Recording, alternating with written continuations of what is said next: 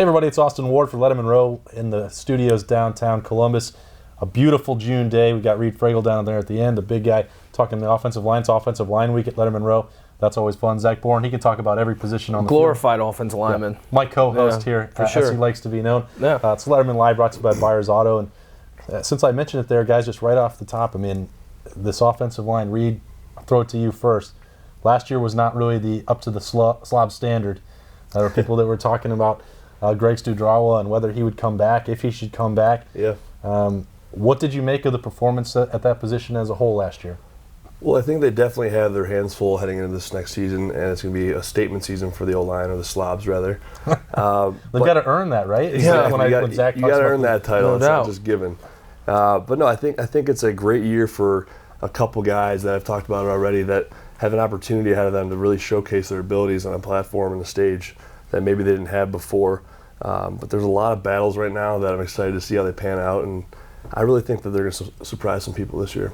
Zach, what's your concern level, if there is one, for the offensive line after last year? Do you want my concern last year? We talked about it multiple times. Was just the aggressive tenacity nature of the offensive line. It was much more of a, let's call it pro style, pass protecting offensive line, and now you're going to add Josh Myers. You got Wyatt Davis in there full time. Mm-hmm. Those guys are like road graders, right? So it's going to bring back, kind of like the Reid Fragel, Jack Mewhort, Andrew Norwell, Corey Lindsley type of guys, right? That are just road graders that are tough, aggressive, know how to do it all, but really it leads with the run game, and that's what those guys are going to bring back to the offense. Reid, there was talk last year, Greg Studrawa brought this up himself, and some of the offensive linemen referenced, the RPOs being a challenge for them, that maybe they weren't able to pin their ears back or be as aggressive. I don't know what your favorite term is for it, but this road grading stuff, it seemed like they struggled with that. What's the challenge? How can they get back to doing that when, now you're probably going to have another running quarterback back there? Yeah, I think part of it is just being comfortable with the plays. I know from my standpoint as a, first-year lineman, my senior year, I was trying to learn the plays. I couldn't really commit to that second-level block. There was a little bit of uncertainty early on. So maybe there's a little bit of that kind of held the guys back, where this year moving forward they'll be a little more comfortable, a little more experienced. You'll see them get comfortable at the second level and really lay the wood. But I really think it comes down to just being comfortable with the plays, to where you can just go out there and be yourself and play to the best of your capability. Big deal or not a big deal that Justin Fields can help with his legs there, Zach? Big deal. But I think all of Buckeye Nation, and especially the coaches, want to see him be able to take shots down the field like we saw last year with Dwayne Haskins, just because, there's almost a happy medium, right? From Dwayne Haskins to J.T. Barrett, you need to be able to mix that. I think Ryan Day wants to mix that. And so hopefully, he can still beat a team with his arm. You threw out a couple names there, Zach. Both of you guys, who are you looking at as maybe the most important and X factor, one name on the offensive line that you're looking for this fall? I'm going to be biased with that right tackle position there. Shocker. Yeah. And Brandon Bowen, really, those two guys, I'm really curious how that pans out, but that's my pick. Yeah, the Bowen one's an interesting for me, Zach, just to jump in on you, because he can play all four of those positions, and that's not something you should take for granted. Reid knows how difficult it is just to master a tackle position. Right. And I know that he wants to prove himself as a tackle, but that's probably not where he's going to be best. I think you're looking at it, Bowen as the swing guy, and then Jonah Jackson there, that graduate transfer at left guard. That's really the only thing to me that's up in the air. And if Bowen wins that job, hey, you're better for it. You got a senior. No doubt. But if it's Jonah Jackson, hey, you also have two guys there that sort of understand the importance. In my mind, it's just how the young guys play, right? You've got some older guys who are going to play well. Even the Brandon Bowen, who hasn't played in a couple of years, he's an older guy. He had a bunch of playing experience. In my mind, it comes down to Josh Myers and Wyatt Davis, right? Wyatt Davis obviously got to play in the Big Ten championship game in the Rose Bowl and was really well. But it's, how does Josh Myers slide in there? Just the young guys, man, when you are a full-time offensive lineman playing each and every week, it's not just getting amped up for a Big Ten championship game. It's not just getting amped up for the Rose Bowl, right? It's how do those guys go in and week out and really adapt to becoming a full-time college football player. Talking with Zach and Reid on Lettermen Live. We're going to get into the big recruiting weekend for Ryan Day later on with Birm when we finish up with this show and get all his insights on some of the commitments and what's next to come. Wait, everyone didn't commit? It's not all commitment. I thought it was supposed to be over 7. We're going to make it easy. Yeah, that's what he said, over 7 guys. Right. That didn't quite happen that way. No. But we'll talk with Birm about that. And it's interesting because that was sort of a pivotal weekend there for Ryan Day. This has been 6 months in charge, and he hasn't got to coach a game. But some of these lists are coming out. It's like, Where does he rank among national coaches? Where does he rank among the Big Ten? And like nobody really seems to have a good feel for what to do with him. And you're going to see the same thing, I think, when the first preseason polls come out. Where does Ohio State sit? You don't know what you're going to have with Fields and Day. This is kind of I'm curious your perspective on this, guys, because you know what the standard is for the program. You know how much talent is there. But there seems to be, outside of Columbus, this uncertainty about what's going to happen with this team. I kind of like it in the sense that, the guys in-house that know the team and know you can kind of look in the players' eyes and see if they're buying into that program or not. And I think you're seeing that big time with Coach Day and his players. So I like that the outside doesn't really know what's going on, but the inside, they know what's brewing, and I think it's going to be an exciting year. Yeah, I couldn't agree more with Reid. I think, when you're at Ohio State, you always have the bullet on your back, and it's kind of funny. Like, you'll see some polls where Ohio State's 5, and you see some where they aren't even in the top 10, right? But I think it's a great thing for Ohio State because every single year in and year out, they have such a big bullet, and they have got massive preseason rankings and supposed to be in the Final Four and whatnot. The great thing for Ohio State is no one knows what to expect, but I think this year's team is better than last year's team just from a depth perspective. And, nothing against the team last year. I feel a little burdened when people are like, 2013 was so much better than 2012, right? I'm like, wait, 2012 was a really good year. Come on. But from a depth standpoint, from A to Z, I think this year's team is so much better than last year's team. One thing that helped me a long time ago is just realizing that those things don't matter, the preseason polls and all this discussion. But sometimes I can't help it. And if I see James Franklin listed over anybody in the Big Ten, I can't take it. There's no... Especially this time of year, you're looking for something to talk about. And, that's what it is for me. People valuing James Franklin for no reason whatsoever. And it doesn't have to be him or Day, but anybody. I agree with you, but I think the thing that bothers me the most is you find teams who weren't very good last year that continue in preseason be ranked really high. Like, what have they done, right? Like, you see the Florida Gators ranked inside the top 10 almost in every single poll. It's like, what? Yeah, they beat Michigan in a bowl game, but what really did they do? They weren't that great. You see South Carolina always ranked in like the top 15, top 20. It's like, what have they done, right? I mean, you see all these different teams, even Penn State. Penn State wasn't a great team last year. I mean, they didn't do anything special. It's like, why do all these teams just all of a sudden get such a higher ranking in the preseason? It should be based off of what you...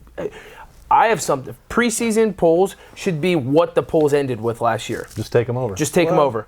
Transfer them over. Guys are leaving, so I guess you got to kind of fill that void with your own guesses and who's going to fill in those slots. So you can't really do that.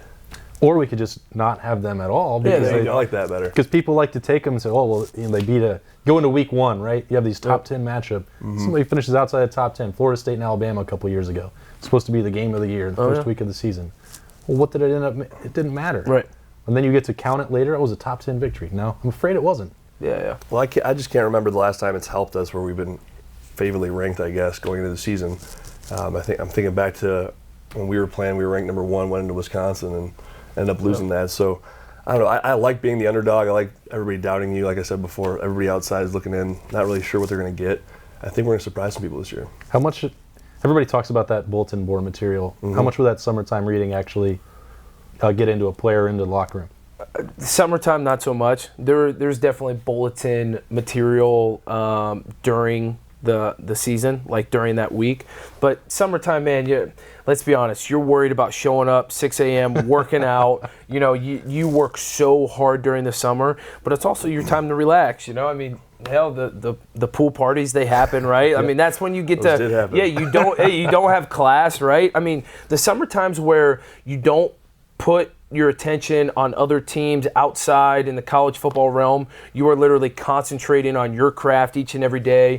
You're working your tail off for 3 or 4 hours at the Woody, and then you're kind of enjoying summer and bonding with the guys. That's when you do all your bonding, because everyone's kind of on the same schedule. No one's having to deal with different classes. Everyone's around one another. Everyone's free at the same time, and that's where you grow as a team. These Ohio State pool parties sounds like a whole nother episode. Man, I have a picture of one. Maybe we post it one day.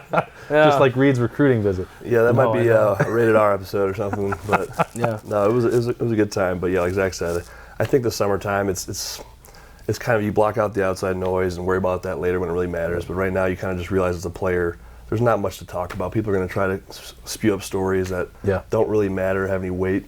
But yeah, it's easy to block out the outside noise with some pool parties. Yeah, so about 3 more weeks until we'll start getting some noise back with Big Ten Media Days. We'll be there in Chicago. Training camp will open about a week after that. Of course, we'll have all that covered at Lettermen Row. Reid, Fragel, and Zach Boren, they'll be with us all year long on Lettermen Live and doing Buckeye Qs, so stay with us for that. Appreciate the guys hanging out. Let's kick it over to Birm on Lettermen Live, brought to you by Byers Auto. All right, now we welcome in the Director of Recruiting at Lettermen Row, Jeremy Birmingham, up in the recruiting bunker, recovering from a huge weekend for Ohio State on the recruiting trail. Birm, you hyped this as the most important weekend of the year for Ryan Day and Mark Pantoni and that whole crew. How did it go? Well, it's one of those things. Again, I said last week, I don't want people to judge the weekend's success based on the number of commitments that happened on the weekend, because there are a number of things in the rotation that are coming around. And, you know, the Buckeyes did land 2 commitments over the weekend, Clark Phillips and Jaden Ballard, which were both sort of expected.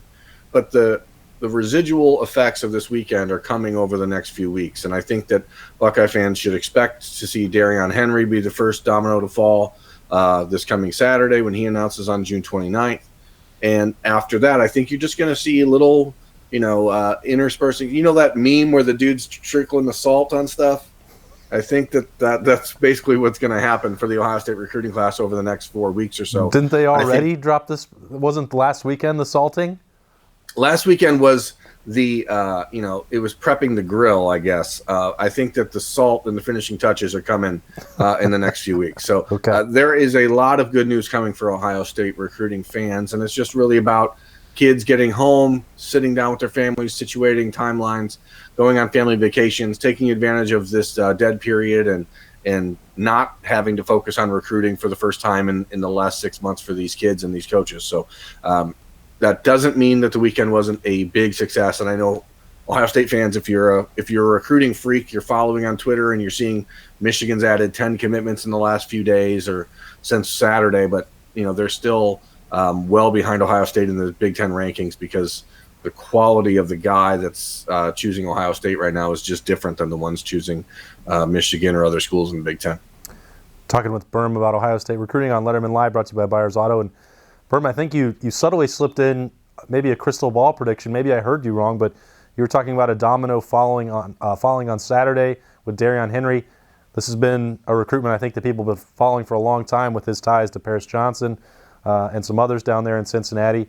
Did I hear you right? Was that a prediction for the Buckeyes there?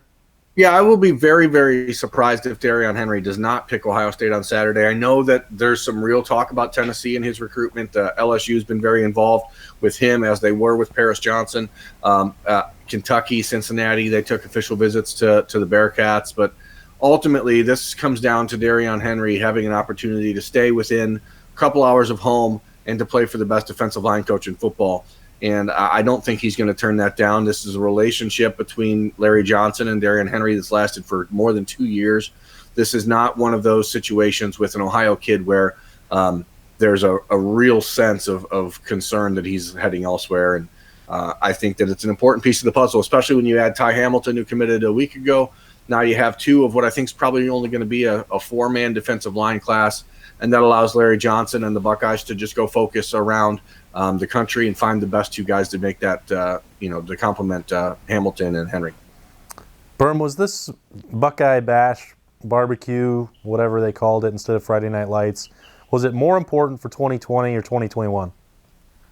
I think that the Friday event was absolutely more important for 2021. That was the group when you had Kyle McCord and Jaden Ballard and Ben Chrisman and Jack Sawyer and A.J. Kirk and Lorenzo Stiles and blah, blah, blah. All these guys in 2021 from around the area who Ohio State really wants to use the state of Ohio as the launching board for that 2021 class. And although they have Kyle McCord committed, that's obviously important. You have your quarterback early. But the most important thing for the Buckeyes in that class, because they want a big national class there, is to have the best in Ohio locked up so that when all those kids from around the country come in over the next 2 years, when they come in to visit Columbus, that they are greeted there by Jack Sawyer and Ben Crispin and Najee Story and A.J. Kirk and Jaden Ballard. This is about those kids being all in early so that when, you bring in guys like Emeka Ibuka from Washington. He's not coming in visiting by himself. He's coming in, and there's a sense of real familiarity and friendship and family already on campus. So I think that group is going to be really, really special. And I think it's going to start off with a number of Ohioans joining the class. They already have their commitment from Jack Sawyer and now Jaden Ballard.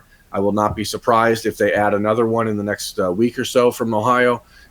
There are a number of names, whether it's Reid Carrico or Ben Crispin or A.J. Kirk, who are all on that cusp, I think, of joining the class. And that's where it's going to start. And Ryan Day, again, had made it point after point when he's had an opportunity. They're going to recruit Ohio. They're going to make Ohio the recruiting priority. And there's no better example of that than 2021. All right, so what happens now, Birm? The big weekend is in the rearview mirror. There might be some commitments coming, but I think coaches are getting ready for vacation. What's the next part of the recruiting calendar here? What's kind of the dead period look like? Is there anything that can happen? Well, this dead period is going to be very lively, I think, for Ohio State. As I said, I think that there's potential for commitments from Darion Henry, from Cameron Martinez, from Cody Simon, from Court Williams, from Lathan Ransom, from Bijan Robinson, from any number of other players that have been on campus in the 2021 class. So over the next few weeks, while the Ohio State coaches are taking vacations and trying to rest up and get ready for Big Ten Media Days, the third week of July, I think that you're going to see the 2020 class really, I don't know if it's going to double, but I would expect to see it in that 18 or 19 range by the middle of July. Wow. And before you know it, those Big Ten Media Days are going to be here. We'll be in Chicago, of course, to have that covered. Birm will have all of the recruiting angles covered from top to bottom in the weeks ahead and all year long for us at Lettermen Row. This has been Lettermen Live. Appreciate the guys coming to hang out with us early on. And Birm, as always, for talking recruiting. We'll be back next week on Lettermen Live, brought to you by Byers Auto.